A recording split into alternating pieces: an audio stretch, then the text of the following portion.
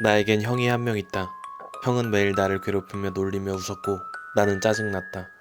어느 날 형이랑 나랑 노는 도중에 형이 갑자기 철이 들었는지 일순간에 엄청 얌전해졌지만 어째서인지 엄마는 울었다. 그날부터 엄마가 형의 밥을 챙겨줬다. 나도 이제 괴롭히지도 않고 얌전해진 형에게 고마워서 엄마가 주지 않는 특식을 챙겨주었다.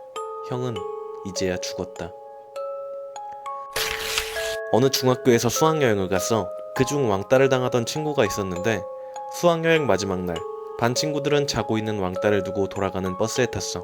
선생님도 왕따가 조용한 성격이니 당연히 탔겠지라는 생각을 하시고는 왕따를 두고 출발을 했어. 왕따는 친구들이 가고 1시간 뒤 일어났고 아무도 없으니 황당하긴 했지만 대수롭지 않게 생각했어. 다시 생각해보니 애들하고 불편하게 가는 것보다 따로 가는 게 좋을 것 같다고 생각이 들어 선생님께 연락하지 않고 부모님을 불러서 집으로 향했어. 그러고 다음날 왕따가 학교에 등교를 했어. 교실엔 아무도 없었는데 자기 책상 위에만 꽃 선물이 없어서 시무룩했어.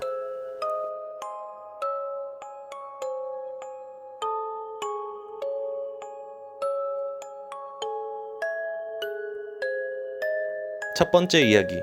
형은 나를 매일 괴롭히고 놀렸다. 형은 나랑 노는 도중에 얌전해졌는데 엄마가 울었다고 한다. 나는 형을 식물인간으로 만들었다. 엄마가 그날부터 형의 밥을 챙겨줬고 나는 엄마가 주지 않는 특식을 형에게 챙겨줬는데 형이 이제야 죽었다고 한다. 한 번 죽임을 실패한 나는 식물인간인 형에게 물을 줘 익사시켰다.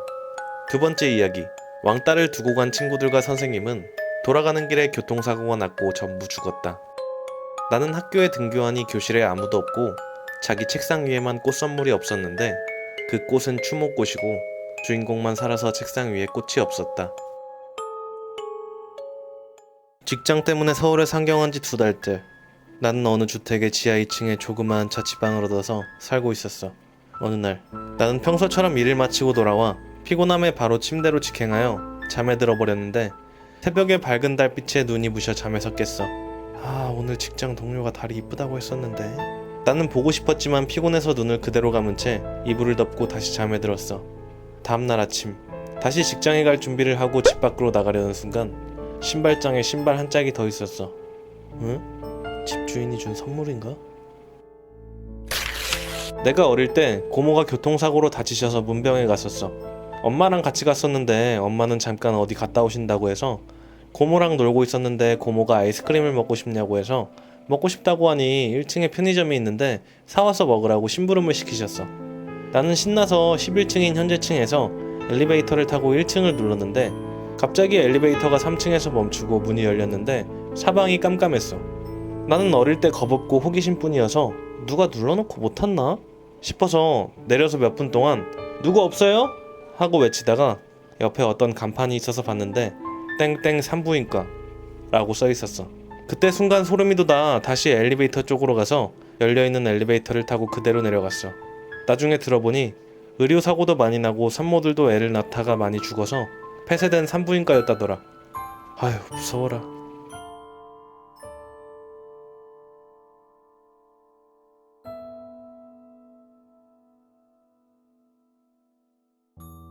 첫 번째 이야기.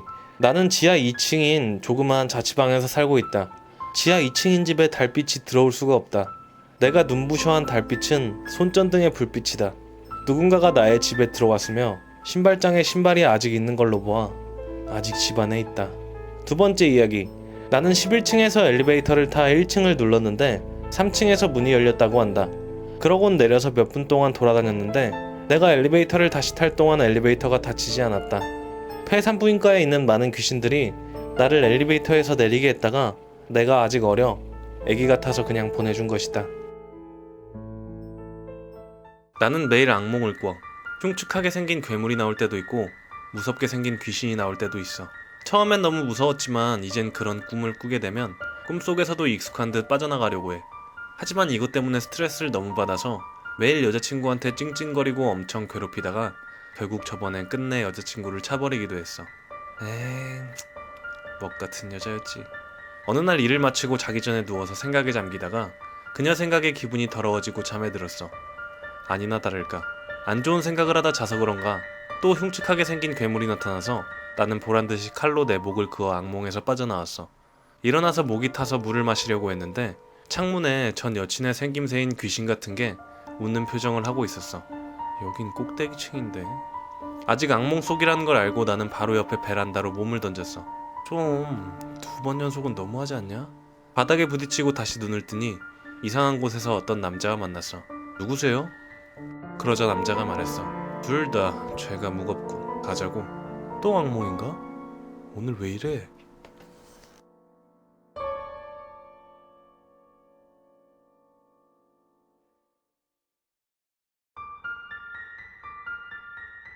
나는 매일 악몽을 꾸고 그로 인한 스트레스 때문에 전 여친을 괴롭히고 마지막엔 차버린다.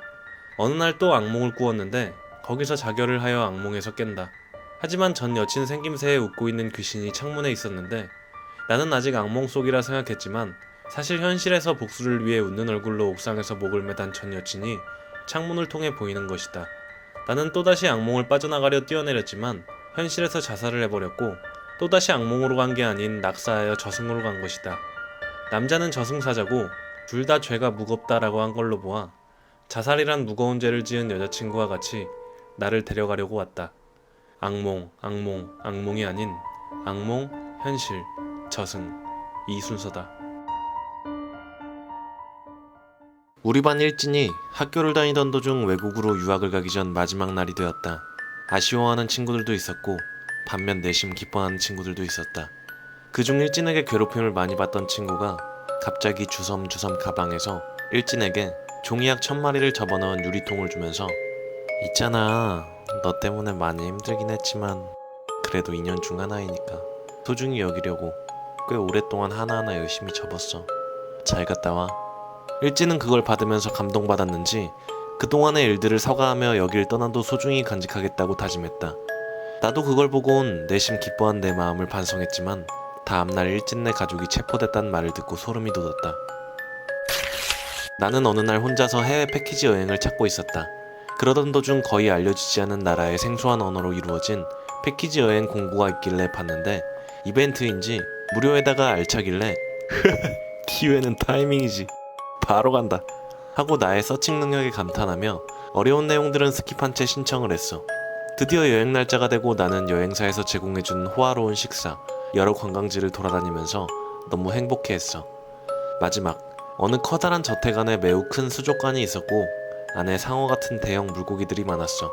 저택 주인이 뭘 제안하길래 뭐지 싶었는데 상어 먹이주기 체험이라고 가이드가 설명해줬어. 좀 무서웠지만 가이드가 격려해주고 금방 끝난다고 해서 바로 준비를 해서 들어왔어. 들어가 보니 생각보다 안 무섭네. 어서 이리 오렴 친구들.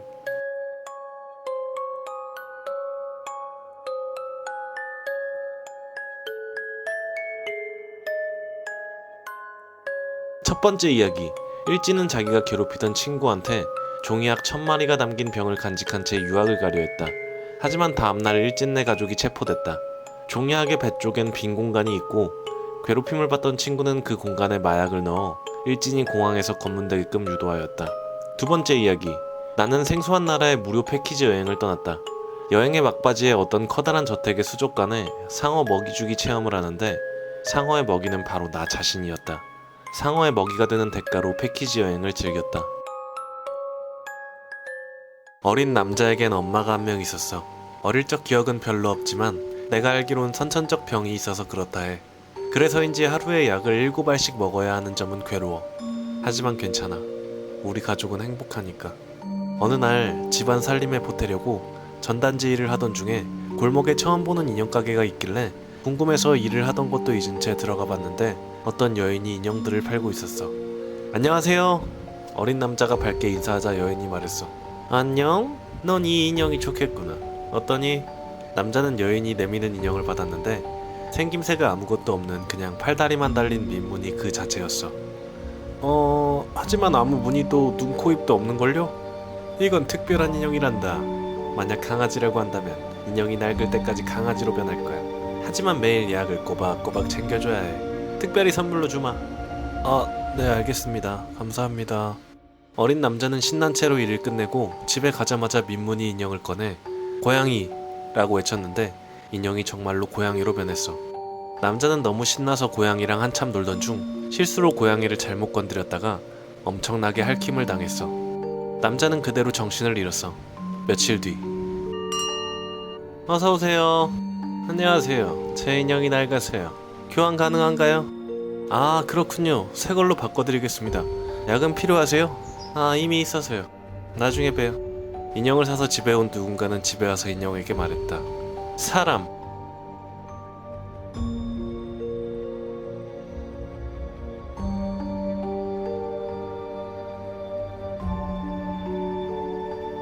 어린 남자는 어릴 적 기억이 없고 약을 매일 먹으며 집안 살림을 위해 일을 해 돈을 번다. 여인에게서 산 인형은 매일 약을 먹여야 하며 낡을 때까지 주술로 변신이 가능하다. 어린 남자는 인형이다. 그의 가짜 엄마는 돈을 벌게 하기 위해 인형으로 사람을 만들어 여태 자신의 아들이라 속였으며 어린 남자는 자기가 변신시킨 고양이 인형에 의해 낡고 해지자 그의 엄마는 또다시 새로운 돈벌이용 아들 인형을 만들려고 한다.